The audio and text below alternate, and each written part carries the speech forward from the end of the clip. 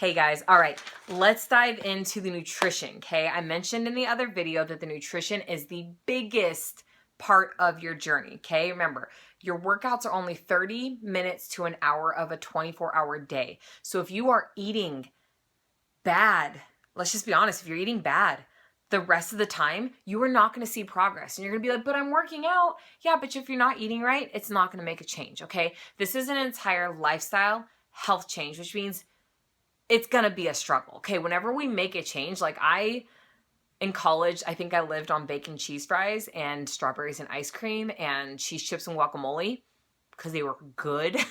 Okay. But when I first started this lifestyle change, it wasn't easy to give those up. Okay. I had to retrain my body. I had to detox my body because it was still craving those things. But now that I've been in this for long enough, I may give in and have them, but usually after I eat it, I don't feel good because my body is not used to that kind of food anymore. So understand this is a process. Understand you're going to have some days that are good and some days that are bad. But again, as long as you're pushing forward, you're going to be good. But you have to tackle this food part.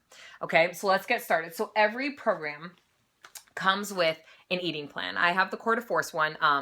But again, every program comes with this. And if you're using the on-demand, if you pick a program in the resources off to the right, you'll find the nutrition guide. Okay, so the first thing that every nutrition guide does is it has you do a question. Okay, it has you walk through some steps, answer some questions, and then puts you in a food category. So the important thing to know about this is make sure you're reading. If you're not trying to lose weight, you're going to want to go 1 to 2 categories up from where it puts you because it's automatically going to set your goal is weight loss. So if your goal is not weight loss, then you'll want to eat a category 2 up. Otherwise, you're going to start losing weight and you're not going to be happy about it. Okay. But make sure you answer these truthfully. And as you lose weight, this is important. As you lose weight, you're going to have to readjust this. Because if you start off at 180 and then you're down to 150, that's a 30-pound difference. That's a huge category shift, okay? So make sure you are constantly revamping this. Okay, once you have your category, there's going to be a page on here that has the different categories and has all the containers across the top and tells you how many you can use. So it's really easy meal planning, okay? If you're in category A, you're having 3 veggies, 2 fruits, 4 proteins, 2 carbs, a healthy fat, seeds and dressings, and 2 oils and nut butters. That's it. Now you just have to figure out what foods you want to fit in those categories, okay? And if you keep going, this is the cool part, if you keep going, it gives you sample meal plans and it tells you like, oh, in an ideal world, you would have these containers for breakfast, these for snacks, these for lunch, dinner, etc. Okay, but I freestyle. I don't really follow this because I'm set on what my breakfast is and it's more than just what's here. So feel free to alter these. This is just a suggestion, but don't alter the container count, okay? So don't go crazy on the container counts. Those are your guidelines. Then as you keep going, it will give you a directory. This one says directory de food because it's Core de Force, okay? But it will give you a directory of what foods you can use, and that's by container. So it gives you a fruits one, a veggies one. You just go along and pick what's in here. Okay, and then as you go further, it addresses free foods, so things that you can add anytime like lemon and vinegars, mustard, garlic, ginger. Okay, these are things that really don't have calories but can add flavors, okay? You do want to stay away from salt.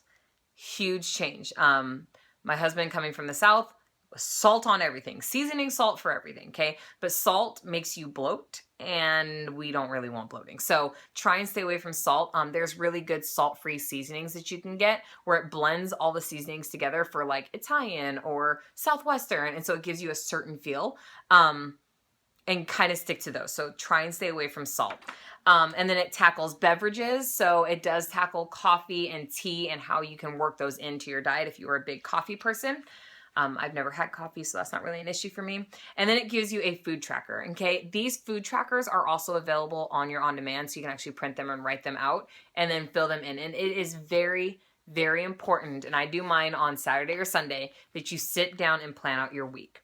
Okay, the number one reason people go off their meal plan is because they don't have anything planned, and then it's 7 o'clock at night, and they don't feel like cooking, so what do? We order pizza, we go to McDonald's, we get something fast, that is 1,000 or more calories, okay? And that's like half of our daily amount or more.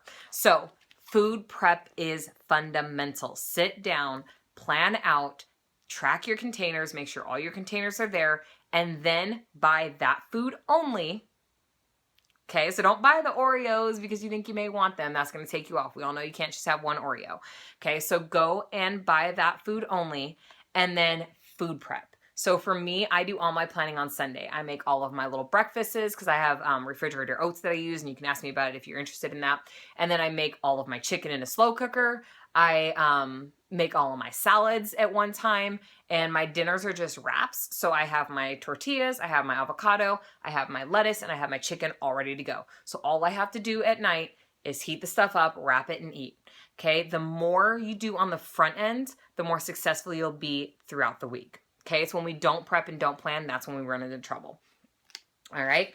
Also further in here, you will have some things in here. So it's like save your sanity. So things you can do when you really, especially because when you first change, it's going to be hard to give up the things you're used to eating. So to give you some things on like, here's some things to help you. If you're feeling hungry, huge is water. Did you guys know that if you're feeling hungry, it could actually be just because you're super thirsty?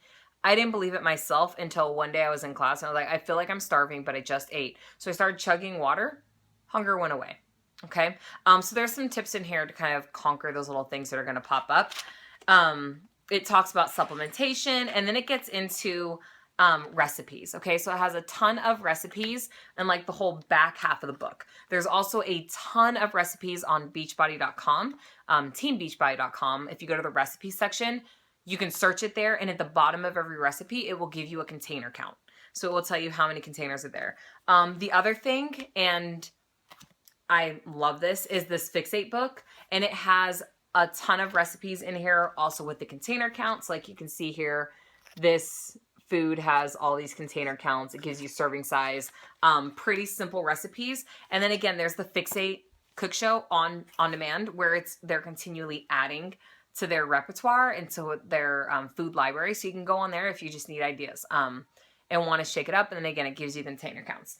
Now, for those of you guys who did not get containers, let me break down the sizes for you so that you know what to look for. Because if you have like little measuring cups, you could just use those instead of the containers. But the containers themselves are like $15 if you just want to buy them. So the green one and the purple one, okay, green is veggies and purple is fruits, are both 1 cup.